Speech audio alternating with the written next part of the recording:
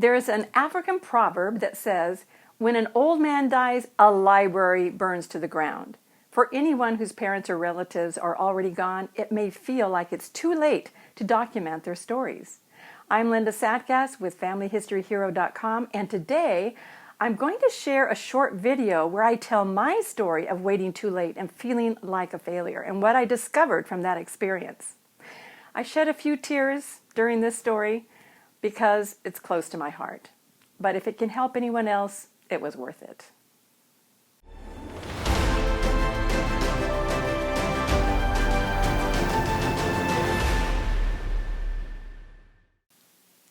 I've always considered myself a family historian ever since I got a one-year diary for Christmas when I was 10 years old. And then, of course, I got a camera and started to take pictures. When I grew up and got a family, got married, had kids, I was the one taking most of the photos in the family, and I would write in my journal about all the things we were doing. And I was also the crazy aunt at family reunions who would say, okay, everybody, come on, let's get together. We're going to get our family picture. And yeah, they'd all come grumbling and do it. So I was that lady. So I never thought that one day I would feel like such a failure as a family historian. As our parents got older, I was the one who inherited all those boxes of photos from both sides of the family. My goal was eventually to scan all the pictures and then to create a photo book for each member of the family, of our family tree, that was represented by those boxes. But life was busy. I had an online business, I had a family, and so I kept putting it off. Every once in a while, I would drag a box out from under the bed, open the lid, look inside, feel overwhelmed, close the lid, and push it back under the bed, thinking, I'll get to it someday. Fast forward a few years, and 3 of our parents had either passed away or had a stroke or gotten dementia. I'll never forget when I realized my mother-in-law was really slipping, and I thought, oh no, I better get the family history. So I asked her to come out to my office. I sat her down in a chair. I had a computer there, and I had scanned a lot of her childhood photos. So I brought one up on the screen, and I said, Granny, tell me about this picture. And she looked at the picture, and she kind of pursed her lips, and then she looked down at her hands in her lap and looked back up, and she said, I don't remember. And I got this little feeling of panic that came up inside of me, and I brought another picture up, and I said, Granny, what about this one? Do you remember this one? Same thing. She would hesitate, she would look at it, and then she'd say, I don't remember. After several tries, I knew the truth. It was too late. I felt like such a failure as a family historian. I had all those years where I could have asked them questions. They were vibrant people. They were lively conversationalists.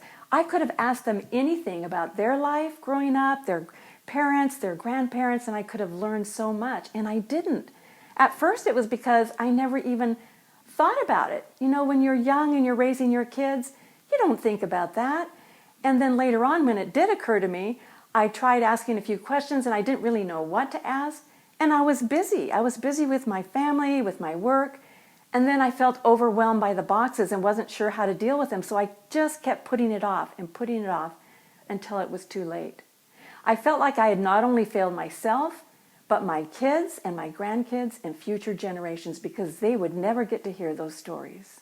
Only my mom was left, and I vowed I would not make the same mistake with her. So I made the time. I was still just as busy, but I made the time. And I figured out what to do with those boxes. I said, I'm going to do this. And I worked at it until I figured it out. And then we would sit down, and we had such sweet times together as I would ask her questions, and she would tell me answers and tell me the stories, and I got them all documented. We were able to create 3 books about her life growing up, about her marrying my dad, and about us as a family before she passed. And that was one of the sweetest times I've ever had with her. When I finished my mom's photo books, I felt like such a family history hero. It was really great. But I've come to realize that I was wrong when I thought I was a failure. You are not a failure if you have waited too late and somebody has passed away. Because here's the truth. You grew up with these people. Anybody that you still know, that you grew up with, that you met, that you have any kind of connection with, or that you know somebody who has a connection with them, there are still memories that can be told. Even one story that gives somebody's personality or gives their work ethic or their sense of humor is far better than a name and a date on a tombstone. So if you know somebody who has passed away, or you know of somebody who knows somebody, find out those stories. You tell the stories that you do have, and you will be a family history hero for your family. So that's my story. I hope it'll encourage you to keep on going, even if you've made some mistakes. And just so you know, I have a follow-up class called Unlock the Stories that'll come after the Unlock the Boxes 7-Day Challenge, and it'll definitely help you with how to capture those stories. But first, we have the 7-Day Challenge.